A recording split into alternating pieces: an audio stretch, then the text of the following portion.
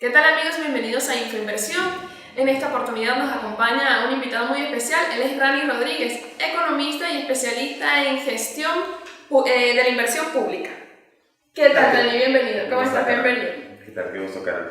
Bien, gracias, Manuel, por la Rani, coméntanos acerca de tu percepción en referencia al crecimiento económico del Perú actualmente en este primer semestre del año. Bien, bueno, gran parte del porcentaje de la incidencia que implica el crecimiento del Perú es el flujo de inversión pública.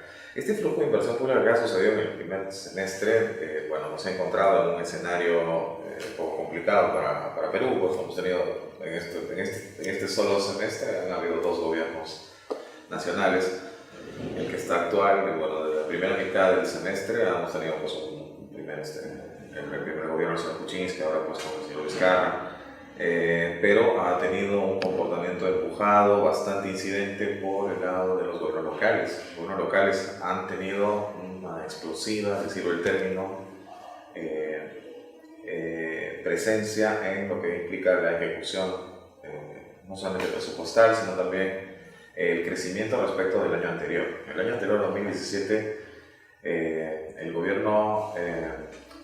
gobiernos locales, tanto municipalidades provinciales como municipalidades distritales, no habían mostrado el crecimiento que han mostrado ahora, que es cercano al 30%. Lo que no ha pasado así con gobiernos nacionales o con gobiernos, con los ministerios, ¿no? con los entes del gobierno nacional y con el gobierno local, que más o menos está en ese orden. Es necesario también decir que en este año, este es un año de despido, de salida de las gestiones que no van a ser reelegidas, porque sabemos eso también. Estos gobernadores regionales y los alcaldes, tanto municipalidad provincial como distrital, no van a reelegirse. Y existe un comportamiento aceleracionista de dejar las cosas, de apurar, se van haciendo la infraestructura en la ciudad, principalmente obra pública, es la manifestación más inmediata. El primer semestre nos preocupa un poquito que este mismo comportamiento pronostiquemos que no vaya a suceder lo mismo el próximo año, a estas mismas fechas, porque vamos a tener gente nueva que va a estar aprendiendo cómo funciona su institución, sus entidades, y ejecutar toma un poco más de tiempo. Existen otros niveles de prioridad, existen otros solamente para flujos de inversión, gasto de presupuesto para el flujo de inversión de este primer semestre está bordeando los destinados a inversión pública. Y ese 26.5%, si bien es cierto, estamos ya en julio, no llega ni siquiera a la mitad. Es posible que esta tendencia comience a ser más exponencial en lo que sigue de los meses, porque normalmente en el tercer y cuarto trimestre el comportamiento tiene, le dicen la curva del lomo de Corvina, ¿no? Entonces, comienza a crecer y después tiene un descenso, tiene un punto crítico y después vuelve a descender. Ese es el comportamiento, digamos, del gasto en inversión pública. Puntualmente se espera ello, ¿no? Ahora, dentro del pronóstico del Ministerio de Economía y Finanzas de 17.5 en inversión, digamos, es una meta que se ha propuesto, estamos muy cerca, pues estamos a 16.87, entonces es posible cumplir la meta, pero como le decía, esto es por el efecto situacional, la coyuntura que se está viviendo en estos momentos, está existiendo bastante velocidad, agilidad en cuanto a ejecutar las obras que han quedado pendientes, muchas que debieron comenzarse hace 2 años, que se fueron postergando por muchas razones que existen en la ejecución, en la inversión propia, y estas pues se están retomando. ¿Qué podría también decir? Si bien es cierto, estamos en un nuevo marco normativo de inversión pública, no tenemos un análisis ahora, en estos momentos, ya un año de la implementación del nuevo sistema de inversión, el Sistema Nacional de Programación Multianual y Gestión de Inversiones, ¿no? INVIERTP, cuya innovación, digamos, muy positiva fue la incorporación de la preocupación por las brechas de los servicios sociales, pues ahorita todavía seguimos haciendo este análisis de proporcionalidades en cuanto a cifras de ejecución de gasto. No hemos analizado todavía, no hemos llegado todavía a explorar el análisis de los indicadores. Por ejemplo, decir en salud cuánto hemos reducido con la inversión, cuánto ha significado la reducción de las brechas establecidas en salud. Si se ha reducido la anemia, si la inversión ha tenido que ver en la reducción de muchos elementos de la morbilidad, si hemos tenido reducción de las brechas de la infraestructura que está faltando en cuanto a vialidad o vías terrestres nacionales, interprovinciales. No se ha hablado puntualmente sobre el impacto que tiene este gasto que venimos haciendo, porque tenemos incluso problemas para gastar, pero también cómo se gasta es algo que no se ha todavía presentado, no hemos tenido todavía esa aventura de expresarlos, quizá porque recién tiene un poco más de un año la aplicación del InviarTP y pues no podamos todavía tener mayor información, pero de todas maneras ese es el comportamiento y estamos que tiene este año. Hay que decirlo, el gobierno local ha tomado la delantera. El gobierno nacional está en último lugar, el gobierno regional está todavía un poco endeble, pero debemos decir cómo todos estos elementos de inversión pública empujan a la economía. Esto ya tiene investigación, esto ya tiene, digamos, ya tiene teoría económica, si sirve el término. Este empuje que hace la inversión pública a la economía se entiende como el efecto atracción, es decir, muchas veces hemos estado diciendo, y esto lo sabe el empresariado, la inversión privada no se va a mover si no se anima a la inversión pública. Es decir, si comienzan a construir la carretera tal o el edificio tal del hospital, recién la inversión privada comienza a sentirse motivada y atraída a poder arriesgar y poder desarrollar sus desembolsos, su gasto, su inversión propiamente. Entonces, no se puede esperar que la inversión privada vaya a per se, tiene que ir con el gatillo, con el detonador de la inversión pública. Ese efecto ya tiene un nombre, en otras latitudes le llaman crowding in, es el efecto atracción, y bueno, de todas maneras arrastra la inversión pública, arrastra la inversión privada en un efecto positivo bastante ¿cómo se dice?, progresivo, ¿no? Ese, digamos, sería el análisis de estos primeros 6 meses. Como les decía, hay algunas consideraciones que hay que ir todavía trabajando, como es el caso de las brechas de servicios públicos, que no tenemos ahorita información de las brechas, pero fundamentalmente sí, pues hay un crecimiento, y el MEF está más o menos cumpliendo esta meta que se ha propuesto de 17.5. Están bordeando los 17 puntos porcentuales en este primer semestre, ¿no? Esperemos qué cosa vaya a pasar en lo que sigue de los meses, ¿no? Para ver cómo concluye el 2018, ¿no?, en inversión pública. Ahora, Reni, ¿qué opinas sobre la descentralización de los presupuestos para los gobiernos locales y regionales? Genial. La descentralización ha tenido un comportamiento muy positivo por el lado del gobierno, si bien es cierto, bueno, antes estuvimos acostumbrados a finales del siglo pasado que había una centralización presupuestaria y la ejecución también está centralizada en su momento, ¿no? Estamos hablando del Ministerio de la Presidencia, en su momento era el centro, el ministerio de las ejecuciones más grandes e incidentes presupuestarias, pero entiendo que es incompleto todavía el hecho de transferir recursos, porque muchas veces se han transferido recursos, ingentes recursos a todo el país, pero no se están dando otras condiciones adicionales que van acompañados de ese presupuesto. Es decir, uno de los males fundamentales por los cuales la inversión pública, el gasto público no brinda los resultados o no ofrece, no arroja resultados esperados, es por la enorme rotación de personal. Es decir, hoy día un especialista está a cargo de más de un proyecto y lo han dedicado, incluso lo han concedido el proyecto, le han dado las formas, pero y viene a entrar uno nuevo a nuevamente descubrir la rueda y bueno, todo comienza de cero. Esa constante sucede mientras estamos conversando aquí. Es decir, están designando, se están acabando contratos.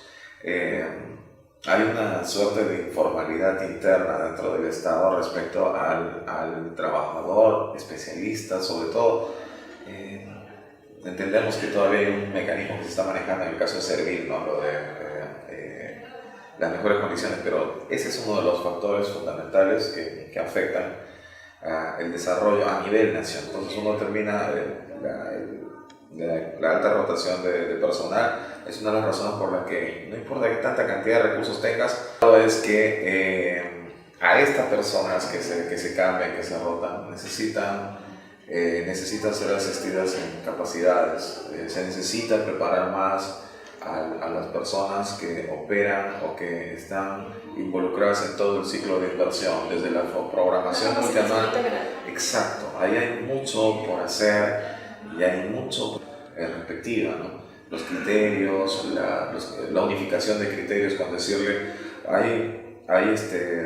existen actividades que podrían analizarse desde el ministerio hasta el último rincón del gobierno local, pero no se puede porque existen distintos criterios y han utilizado variables distintas y estas no pueden ser unificadas para evaluar a nivel nacional.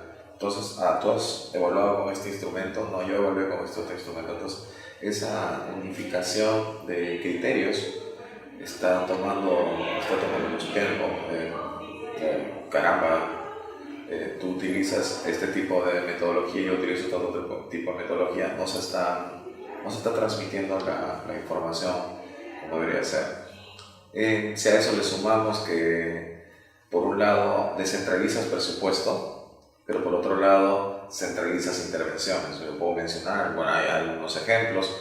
Si queremos construir un ministerio, por ejemplo, un ministerio X, o un ministerio está sobrepoblado, lo que pensamos inmediatamente es dirigir, vamos a construir un edificio, vamos a alquilarnos un edificio en Lima, vamos a concentrar más Lima para que Lima siga siendo más tuburizante, un poco más hacinada, y la muestra es el tráfico, es una muestra inmediata, el indicador inmediato del hacinamiento, de la centralización de esta ciudad que no se descentraliza, es el tráfico, ¿no? Entonces tenemos la descentralización debe ser una política completa, no solamente presupuestal, sino que permita que se desarrollen otros pueblos. Si tú le dices, por ejemplo, a un organismo adscrito, le dices, sabes que tu edificio no alcanza en esta ciudad, debería ir a Huancayo, por ejemplo, o debería estar en Chimbote, ¿no? Imposible. Cae el grito del cielo y no podrían trasladarse, todo tiene que ser en Lima, todo tiene que centralizarse acá. Y eso es uno de los terribles errores. Eso es lo que ha incrementado el metro cuadrado inmobiliario en su momento. Eso es lo que ha hecho que no quieras comprarte un auto para manejar en esta ciudad, es imposible. O sea, es todo ello, ¿no? 1 de cada 3 peruanos que viven en territorio nacional vive en esta ciudad.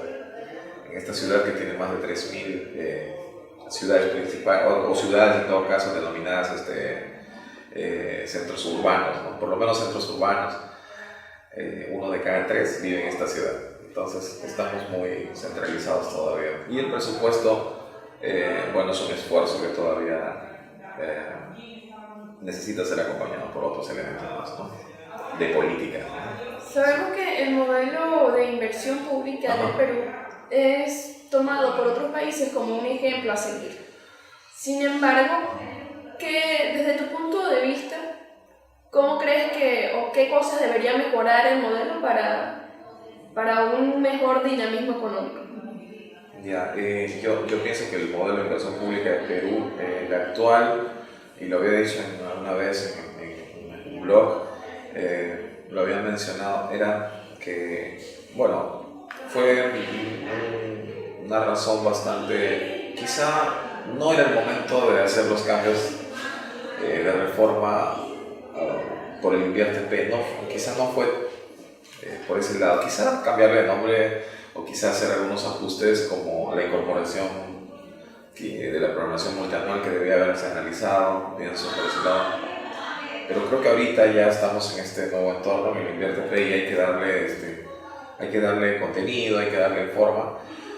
Y como se está armando todavía, mucha de la instrumentación tiene que irse equiparando a como fue hasta cierto punto el SNIP. Fue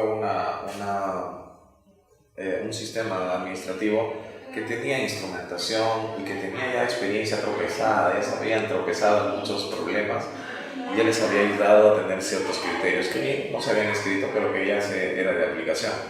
Entonces se pueden ir aprendiendo cosas que del SNIP y se pueden ir incorporando al InviérteP, porque no todo el sistema anterior era un cuco, no todo era malo. Se puede extraer esa parte y se puede incluir en el nuevo InviérteP para lo que sería instrumentación, para lo que serían los tips, si sirve el término, en algunos casos, para incorporar también, involucrar no solamente a la inversión pública, sino ese puente con el que se conecta hacia la inversión privada, es decir, las asociaciones público-privadas. Más allá de lo que se tenga hasta el momento en normatividad, se necesita instrumentar aquello y explorar otros escenarios en los que podría funcionar la inversión pública, y le doy un ejemplo bien sencillo, y es bueno que lo mencione, es bueno que lo mencione, que lo diga. Por ejemplo, estuvimos conversando hace poco porque cuando se hace la inauguración de un hospital, a los 2 años ya no se cuenta con las llantas de la ambulancia, ya no se tiene operativo el tomógrafo, ya no existen 2 consultorios que estaban dos consultos de consultoría externa, ya no existen, ya no están operativos. Pero si la inauguración fue hace 2 años, ¿qué pasó? Hay un serio, y esto va a todos los proyectos, hay un serio problema con la sostenibilidad. Es el equivalente a si yo voy a instalar si yo voy a traer un niño a este mundo. El hecho de traerlo y la fiesta que implica eso no puede quedar solo allí. Tienes que alimentar a ese niño, tienes que darle sostenibilidad, por lo menos como padre, durante el periodo hasta que sea adulto y pueda valerse. Entonces, esa comparación con un proyecto de inversión va más allá de la inauguración. Es decir, va a tener que operar ese hospital, ese colegio va a tener que funcionar. Ejemplo en el que se obvió la inversión pública, un análisis adecuado de inversión pública en donde se exoneraba de sistemas, el caso de los colegios emblemáticos. Uno puede darse cuenta que ya no tenían como estos colegios emblemáticos, colegios maravillosos que se hicieron en el 2008-2009, construyéndose hasta el 2011 creo, y que paró en el 2012, si no me equivoco, no tengo la información ahí, pero sí hemos tenido acceso a los siguientes años, al funcionamiento, y pues no servían.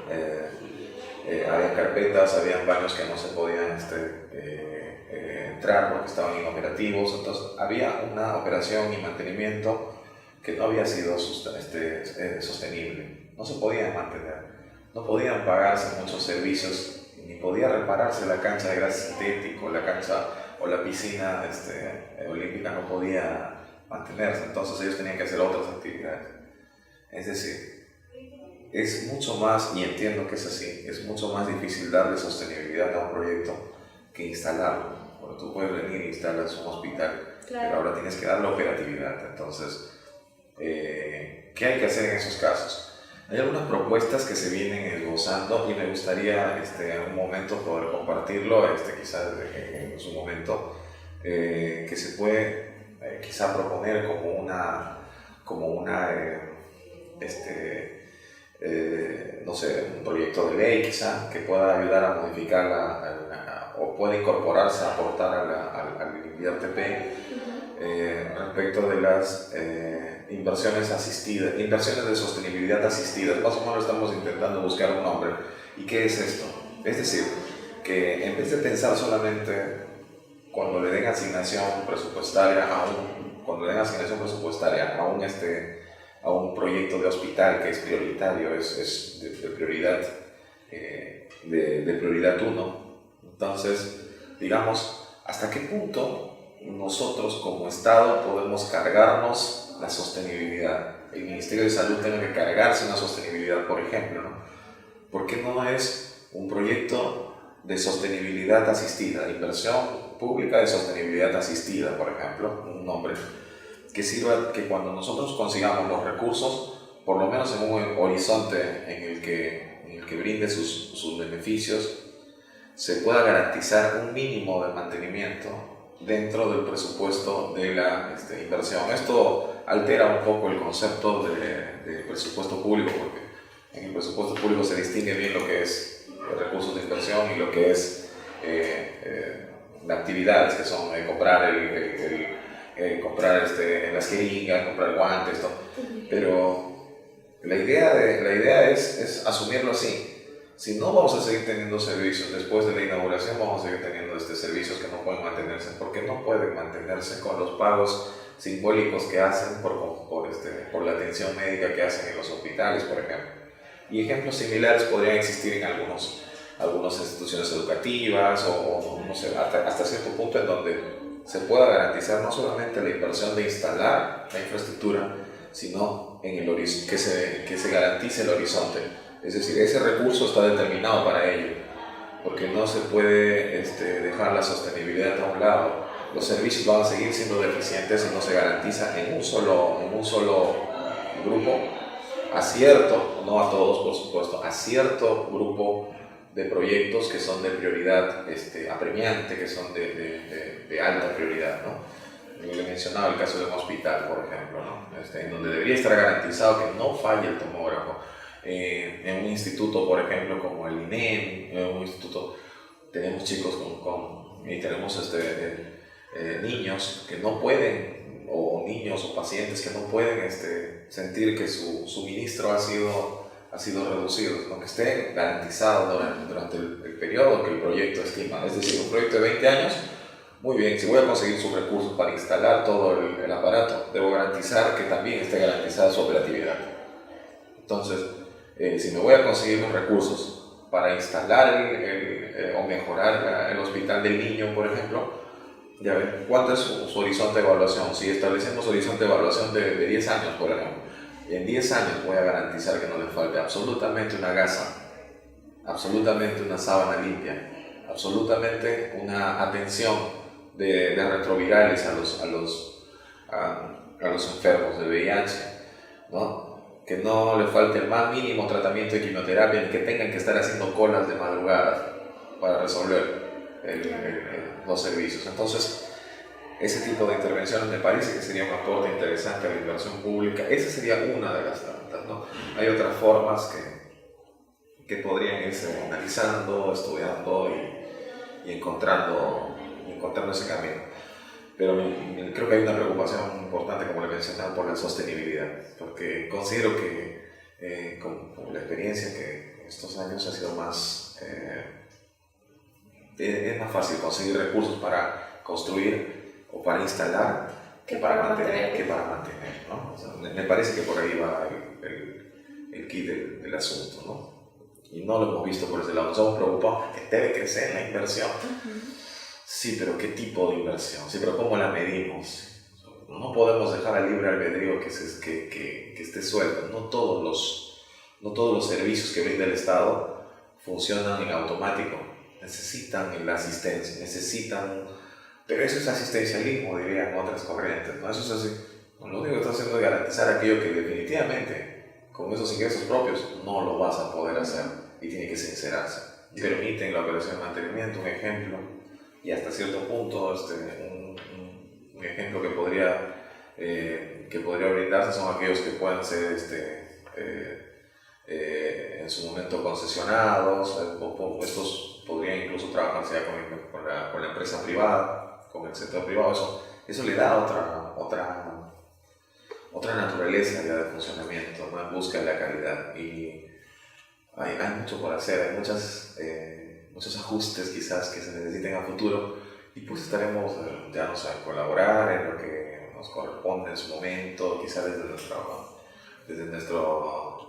ubicación podemos ir aportando algunas ideas que han servido para mejorar el sistema, ¿no? Muchísimas gracias, Ron. Bien, amigos, llegamos al final. Gracias por acompañarnos. Recuerden seguirnos a través de nuestras redes sociales, sobre todo en Facebook, donde nos encontrarán como ANIC Perú.